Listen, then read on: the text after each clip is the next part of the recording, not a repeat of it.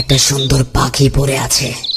ওই পাখিটিকে শিকার করি, তাহলে আমার একদিন ভালোভাবে কেটে যাবে।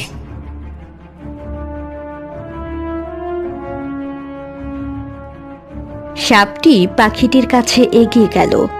তখন পাখিটি চিলের রূপ নিল। আমি তোকে ধরে ফেলেছি, এখন কোথায় পালাবি তুই?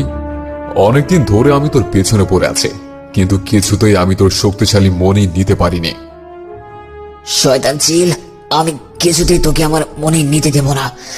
তাই তুই চাইলেও আমার মনি আমার থেকে নিতে পারবি না, কারণ আমি জানি তুই আমার মনির অপব্যবহার করবি। তোর এত বড় সাহস, আমাকে মনি দিবি না? আমার চিলরাজ বলেছে তোর থেকে নাগমনে নিয়ে যেতে পারলে চিলবাজ খুশি হয়ে আমার মেয়ের সাথে তার ছেলের বিয়ে দেবে। তাই তো আমাকে যেভাবেই হোক তোর নাগমনে নিয়ে যেতে হবে। আমার প্রাণ থাকতে আমি তোকে কখনোই নাগমনি নিতে দেব না। দিবি না? তাহলে নে, আমার এই ধারালো ঠোঁটের আঘাতে তোকে আমি ছাঁচটা করে ফেলবো। তারপর চিল তার ধারালো ঠোঁট দিয়ে সাপকে একের পর এক আঘাত করতে লাগলো। সাপটি ক্লান্ত হয়ে পড়ল। কেউ আছো? আমায় সাহায্য করো, এই দুষ্টু চিল আমাকে মেরে ফেললো। বাঁচাও, বাঁচাও, কে আছো? আমাকে বাঁচাও। তোকে কেউ বাঁচাতে পারবে না।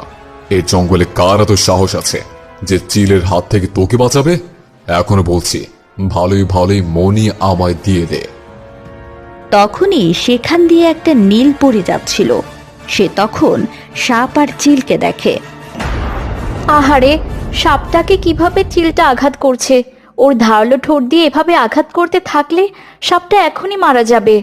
সাপটি বাঁচার জন্য কত আকুতি মিনতি করছে, কিন্তু কেউ তাকে বাঁচাচ্ছে না।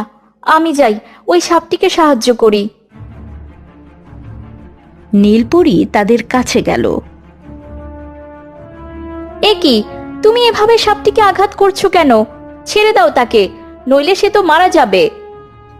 না, আমি কিছুতেই এই সাপকে ছাড়বো না, কারণ ওর মনি আমার চাই।